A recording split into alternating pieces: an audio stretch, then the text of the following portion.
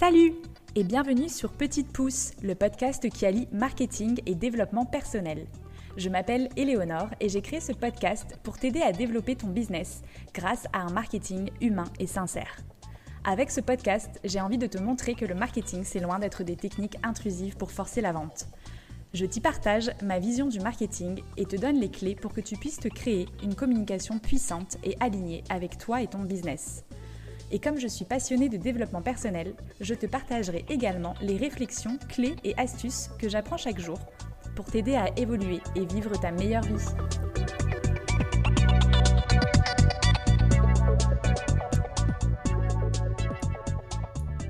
Hello, je suis ravie de vous retrouver pour un nouvel épisode solo où j'avais envie de vous parler d'un sujet qui m'a été inspiré par une discussion avec une amie entrepreneuse. La question c'était: faut-il toujours s'écouter ? Dans un monde où on nous répète en boucle « écoute-toi, respecte ton énergie, suis ton flow », est-ce que ça marche vraiment dans toutes les situations et est-ce que c'est toujours la bonne chose à faire ? Eh bien, comme souvent, c'est pas si simple. Et justement, on a eu un débat avec mon amie sur « faut-il toujours s'écouter ?» De mon côté, j'ai mis des années à apprendre à m'écouter. Au début de mon aventure entrepreneuriale, je me forçais, même quand j'étais crevée, même quand je n'avais pas envie, parce que je voulais réussir et aussi parce que j'étais poussée par la peur, je pense. Peur de décevoir, peur de ne pas être assez, peur de mal faire. Et c'est en bossant sur moi, en déconstruisant tout ça petit à petit que j'ai appris à écouter mes vraies envies, mon énergie, mon intuition. Mais même aujourd'hui avec un peu de recul, il y a des jours où je me demande si j'ai pas envie de faire cette chose-là, cette mission. Est-ce que c'est parce que c'est pas vraiment aligné et juste pour moi, ou est-ce que c'est parce que j'ai peur, ou est-ce que c'est juste que j'ai la flemme ? Et franchement, c'est pas toujours évident de faire la différence. C'est pour ça que mon premier conseil, ce serait d'apprendre à te connaître. Plus tu sais comment tu fonctionnes, et plus tu vas pouvoir faire la différence entre une vraie limite, une peur qui se déguise, ou juste un besoin de repos. Pour ça, tu peux t'aider de plusieurs outils. Il y a le Human Design, la numérologie stratégique, l'astrologie, les tests de personnalité. Moi, j'ai un petit peu tout essayé et je trouve que c'est assez intéressant parce que souvent, c'est assez complémentaire et ça peut vraiment t'aider à mieux te comprendre et mieux savoir un petit peu comment tu fonctionnes.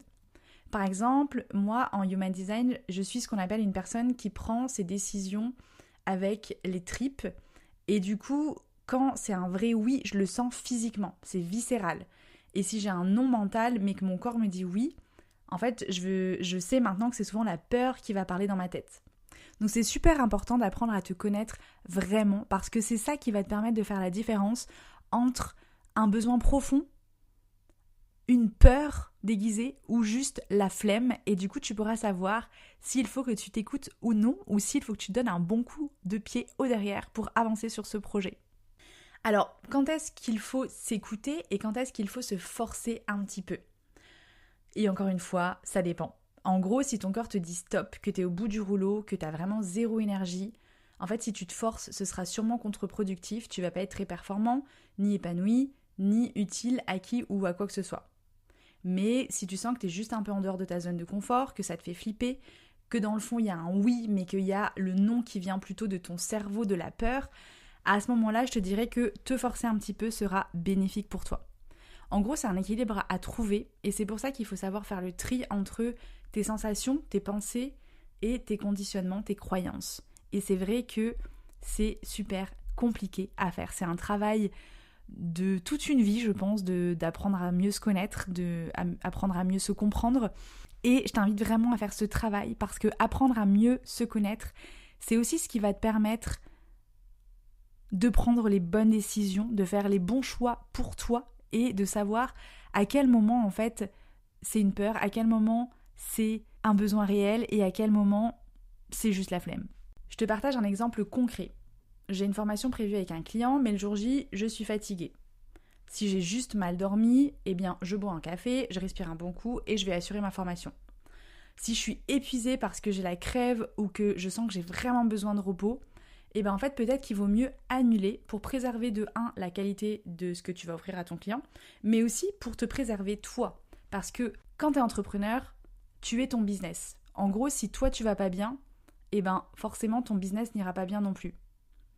Par contre, troisième cas de figure, tu es KO parce que tu as fait la fête la veille, que tu es rentré à 4h du mat complètement bourré, et ben là j'ai envie de te dire assume tes choix.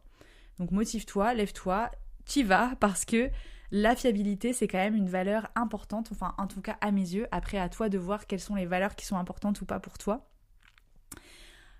Prenons un autre exemple, donc imaginons que tu t'es engagé dans un projet et que tu regrettes. Et bien là aussi pour moi ça va dépendre. Si le projet se passe mal parce que tu sens que tu vas droit dans le mur, que ça te pompe toute ton énergie, je te dirais de te poser la question de stopper proprement la collaboration pour toi et pour ton client. Mais si le projet il se passe bien mais que tu n'as juste plus trop envie, alors pour moi, respecter ton engagement c'est quand même important. Parce que tenir parole, c'est une valeur qui est forte et parfois ça nous apprend aussi à aller au bout de ce qu'on commence.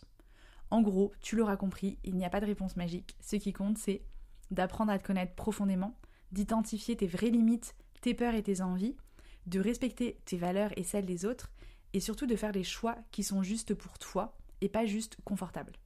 Du coup, je pense qu'on a vraiment tous un rapport différent à ça, et c'est vrai que j'aimerais bien avoir ton avis. Donc, dis-moi, viens me parler sur LinkedIn ou en message privé pour me dire un petit peu qu'est-ce que t'en penses. Est-ce que tu penses qu'il faut toujours s'écouter ou est-ce qu'il faut parfois se forcer un petit peu ? Je pense qu'il y a un mix des deux. Il y a un équilibre à trouver entre s'écouter, respecter ses besoins, ses envies et en même temps sortir un petit peu de sa zone de confort de temps en temps, se forcer un petit peu de temps en temps. Je pense que ça nous fait pas de mal non plus. Voilà. Sur ce, je te souhaite une très belle journée et je te dis à très vite. Ciao, ciao.